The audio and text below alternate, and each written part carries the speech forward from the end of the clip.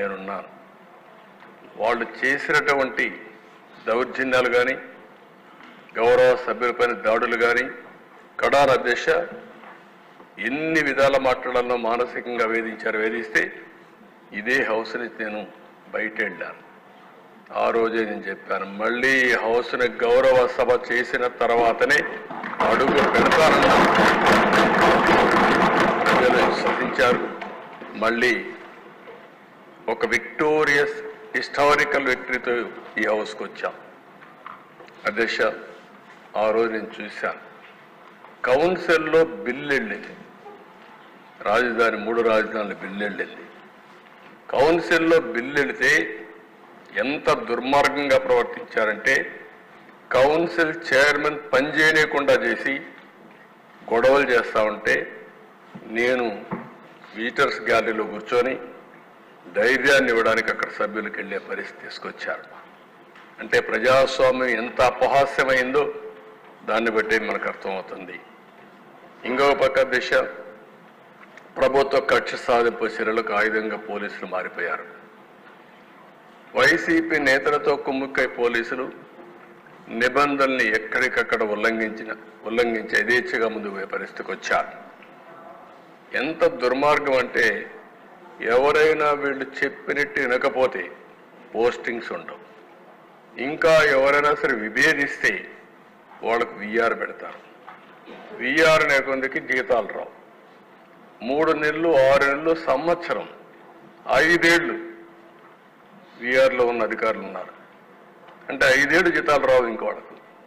ఇలాంటి వేధింపులు చేసి ఏ విధంగా నయానా భయానా అన్ని ప్రయోగాలు చేసి పోలీసు వ్యవస్థని పూర్తిగా విధ్వంసం చేసే పరిస్థితికి వచ్చారు. నెక్స్ట్ అధ్యక్ష, రాజకీయ పార్టీలు, ప్రజాస్వామ్యానికి పునాది రాజకీయ పార్టీలు, ఆ రాజకీయ పార్టీ నాయకులు.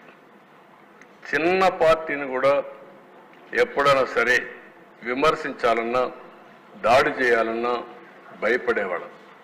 అలాంటిది దేశ నా జీవితంలో నా మీద ఎవరు కేసులు పెట్టలేదు, కానీ ఈ 5 ఏళ్లలో 17 కేసులు పెట్టారు.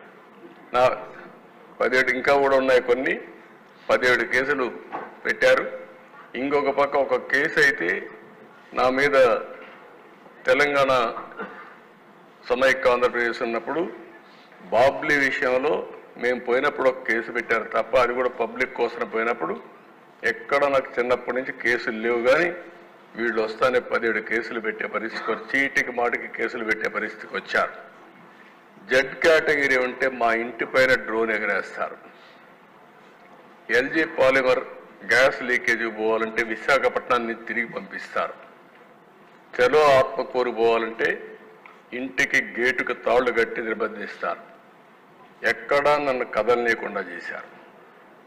ఇకపోతే పవన్ కళ్యాణ్ గారు, ఆయన మీద 7 కేసులు పెట్టారు. రాజకీయ కార్యకలాపాలు పరిమితం చేసి వెంటనే అవన్నీ కూడా ఏం చేయకుండా చేసి వెంటనే విశాఖపట్నం నుంచి వెళ్ళిపోమని నోటీస్ ఇచ్చి మరీ పంపించారు. బలవంతంగా హోటల్ నుంచి వెకేట్ చేసి బయట వెళ్లే వరకు వెంటాడారు. వైసీపీ నేతలు వాళ్ళ యొక్క మాటలు చూసే దేశ, ఇది ఒక ఫోటో. ఆయన కోపం వచ్చి ఏదైతే నన్ను అరెస్ట్ చేసే మునుపు నేరుగా వస్తా ఉంటే వీళ్ళు అడ్డం పడితే రోడ్డు మీదనే పడుకొని నిరసన తెలియజేసే పరిస్థితికి వచ్చామంటే ప్రజాస్వామ్యంలో ఎంత దారుణంగా ఉందో మనం అర్థం చేసుకోవాల్సిన అవసరం ఉంది. ఇవన్నీ అధ్యక్ష, ఆ తాళ్ళుగడ్డ అన్నీ మీకు చూపించాం. నెక్స్ట్, ప్రతిపక్ష రాజకీయ పార్టీలు అణచివేసేదానికి మీరు చూస్తే ఇక్కడి నుంచి బోండా ఉమా గారు ఉన్నారు. ఇంకో పక్క ఆనాటి ఎమ్మెల్సీ బుద్దా వెంకన్న మాచర్లకు వెళ్ళారు. కిషోర్ అని ఒక అడ్వకేట్. అక్కడ ఎలక్షన్ జరుగుతున్నాయి. నామినేషన్ సక్రమంగా వేయించడం కోసం వెళ్తే వీళ్ళ మీద దాడి చేసి కడాన వాళ్ళు ఎవ్వరూ సెక్యూరిటీ ఇవ్వకపోతే ఎక్కడో ప్రకాశం జిల్లా అవన్నీ తిరిగి తప్పించుకొని ఫైనల్గా విజయవాడకు వచ్చే పరిస్థితి తీసుకొచ్చారు. ఇంకొక పక్కన మీరు చూసే దిశ, లోకేష్ జనరల్ సెక్రటరీగా ఆయన పాదయాత్ర చేస్తే యువగళకు ముందు పోతే మైక్ ఇవ్వకుండా కనీసం బెంచ్ కూడా ఇవ్వకుండా కూర్చోనివ్వకుండా వెంటాడే పరిస్థితికి వచ్చారు. రాజమండ్రిలో గోదావరి వంతెన మూసేశారు. ఇది కొత్త విధానాలకు శ్రీకారం చుట్టారు. ఇష్టానుసారంగా చేసే పరిస్థితికి వచ్చారు. ఇక్కడ Disha JC Prabhakar Reddy highest number of cases 43 అంటున్నారు, ఇప్పుడు 66 అంటున్నారు. అవన్నీ కూడా దగ్గర చాలా కేసులు పెట్టే పరిస్థితికి వచ్చారు. పల్లా శ్రీనివాసరావు ఆస్తిని మీరు చూస్తే నిర్మాణంలో ఉన్న భవనాన్ని జీవీఎంసీ కూల్చేసే పరిస్థితికి వచ్చారు. అవన్నీ అట్రాసిటీ చేశారు కాబట్టి మన ఎలక్షన్లో హైయెస్ట్ మెజారిటీ స్టేట్లో వచ్చిందంటే పల్లా శ్రీనివాస్కి వచ్చే పరిస్థితి వచ్చింది. అంత మునుపు మన పవన్ కళ్యాణ్ గారు కూడా అక్కడ పోటీ చేశారు కాబట్టి అది కూడా ఆయనకు ఉపయోగపడింది. ఇద్దరు మెజారిటీ బ్రహ్మాండమైన మెజారిటీ వచ్చే పరిస్థితి వచ్చింది.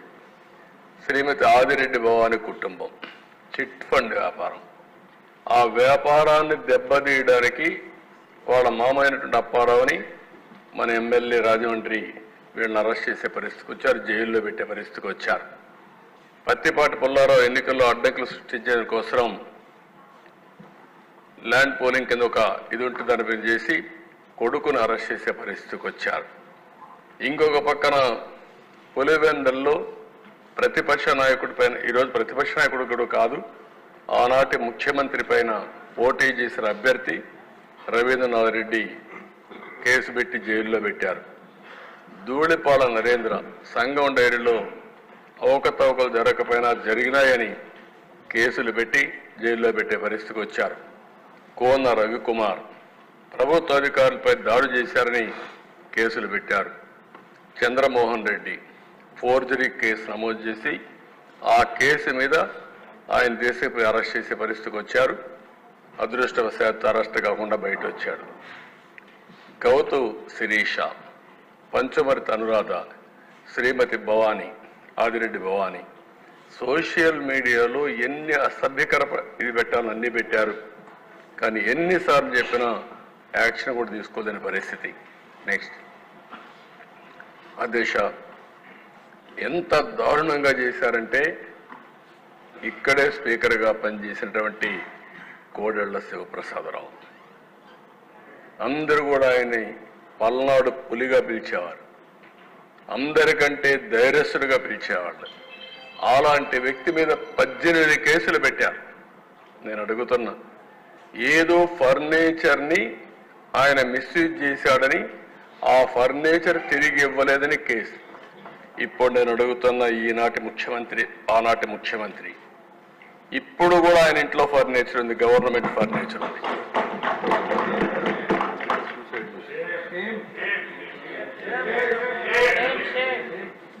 అంటే కనీస సాంప్రదాయం వెంటాడి కేసులు పెట్టి కడాన నేను ఇంకా బ్రతకలేని ఈ అవమానంతో ఆత్మహత్య చేసుకున్నాడు కోడెళ్ల శివప్రసాదరావు. ఇది ఈ నాగరిక ప్రపంచం. నేను చాలాసార్లు ఇక్కడ మంత్రులుగా ఉన్నాం, నేను కూడా ఎప్పటి నుంచో చూశాను. ఫర్నిచర్ అనేది చాలా చిన్న విషయం. ఒకవేళ ఏదైనా ఫర్నిచర్ ఉంటే సెటిల్ చేస్తారు, నామినల్ ఎక్స్పెండిచర్ వేసి వాళ్ళు కావాలంటే తీసుకుంటారు, లేకపోతే మనం గవర్నమెంట్ బ్యాక్ తెచ్చుకుంటుంది. అలాంటి చేశారు. వంగలపూడి అనిత అధ్యక్ష పులివెందల్లో అక్కడ ఒక మహిళని రేప్ చేసి ప్రొటెస్ట్ చేయడానికి పోతే ఆ అమ్మాయి పైన ఎస్సీ ఎస్టీ అట్రాసిటీ యాక్ట్ పెడతారు. ఎస్సీ పైన ఎస్సీ ఎస్టీ అట్రాసిటీ యాక్ట్ పెట్టే ప్రభుత్వం ఇది. ఇక్కడ ఇంకొక ఎమ్మెల్యే కూడా ఉన్నాడు, మన మడకసిర ఎమ్మెల్యే రాజు, ఆయన కూడా ఉన్నాడు ఆ కేసులో. అయ్యాను పాత్ర సరే అధ్యక్ష, ఎస్సీ ఎస్టీ అట్రాసిటీ యాక్ట్ పెట్టారు, కడాన అటెంప్ట్ రేపు కూడా కేసు పెట్టారు మీ మీద. ఏం చెప్పాలి అధ్యక్ష, ఉన్మాదానికి పరాకాష్ట ఇవన్నీ. You are the senior most leader of the state. మీ సీనియారిటీకైనా గౌరవం ఇచ్చి ఉండాలి. ఈరోజు బుచ్చయ్య చౌదరి తర్వాత ఈ అసెంబ్లీలో సీనియర్ మోస్ట్ అంటే అది మీరే ఉన్నారంటే అది ప్రజలు మీ మీద పెట్టుకున్న నమ్మకం, దీనికి ఇన్ని సంవత్సరాలుగా మీ జీవితంలో మీరు ప్రవర్తించిన తీరు, మీ నడవడిక, అలాంటి వ్యక్తిపైన కేసులు పెట్టే పరిస్థితికి వచ్చారు. దేవినేని ఉమా రిజర్వ్ అటవీ ప్రాంతంలో అక్రమ క్వారీయింగ్ జరిగిందంటే ఆయన పైన కేసులు పెట్టే పరిస్థితికి వచ్చారు. అశోక్ గజపతిరాజు రామతీర్థం, వాళ్ళ పూర్వీకులు కట్టించిన టెంపుల్, రాముడి తలదీసేశారు. ఇదే అన్యాయం అని వస్తే ఆయన మీద కేసు పెడతారు. ఇంకా అచ్చెన్నాయుడు గారు పోలీసులు, ఆనాటి పోలీసులు గోడ దూకి ఇంట్లోకి వెళ్ళి ఫైల్స్ ఆపరేషన్ చేసుకున్నాడు. ఫైల్స్ ఆపరేషన్ చేసుకున్న వ్యక్తిని 600 కిలోమీటర్లు తీసుకొచ్చారు నాన్ స్టాప్గా. అంటే ఎంత ఇన్హ్యూమనో దీన్ని బట్టి మనకు అర్థమవుతున్న దిశ.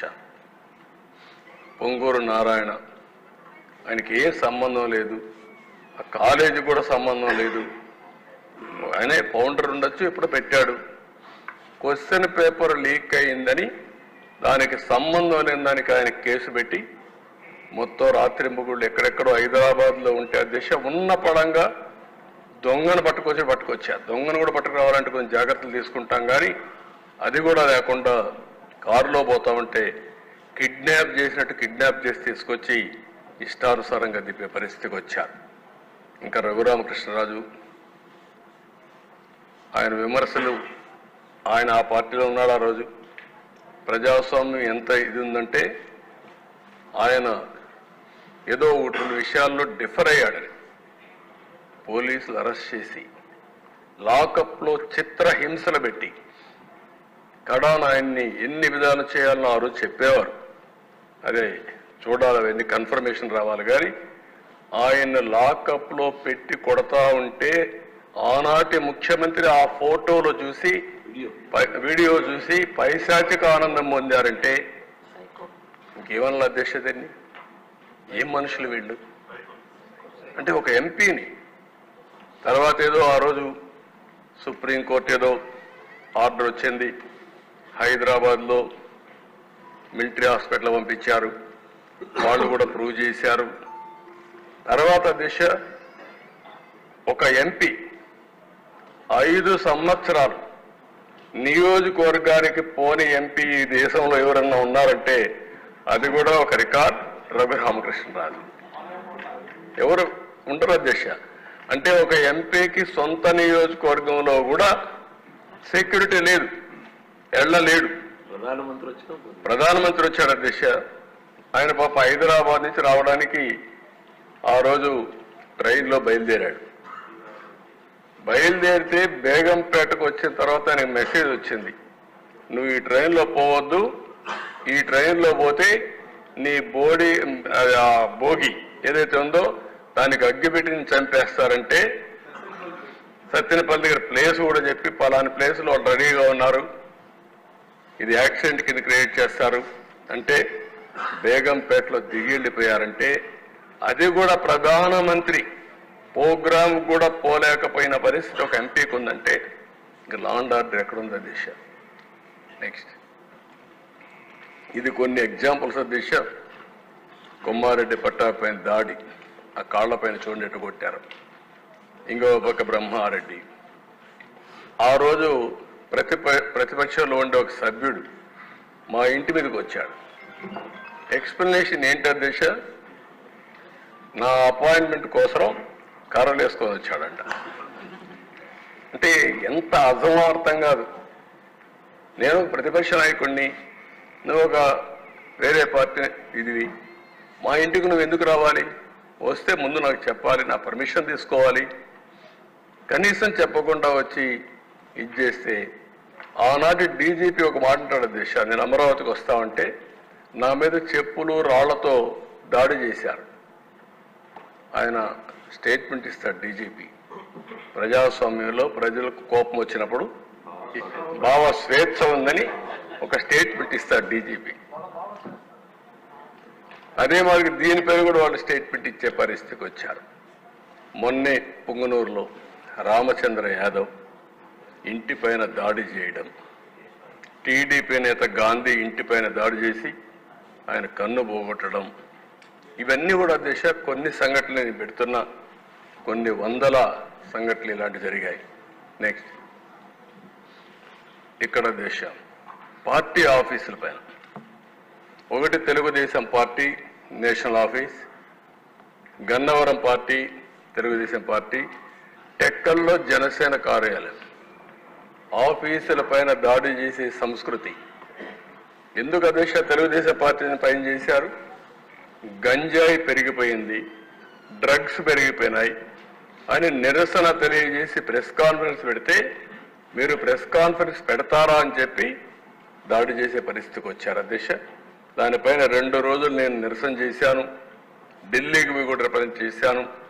నిన్నటి వరకు కేసు పెట్టే పరిస్థితి లేకుండా ఇప్పుడు కేసులు పెట్టే పరిస్థితికి వచ్చాం. నెక్స్ట్, అధ్యక్ష 1-2 కాకుండా మీరు చూస్తే తోట చంద్రయ్య చాలా దారుణంగా ఇంటి ముందర నడి రోడ్డులు ఎంత పైశాచికంగా మాట్లాడారంటే, జై జగన్ అని చెప్పు వదిలిపెడతాం మా పార్టీలో చేరమంటే అప్పుడు కూడా జై తెలుగుదేశం, జై చంద్రబాబు అని చెప్పి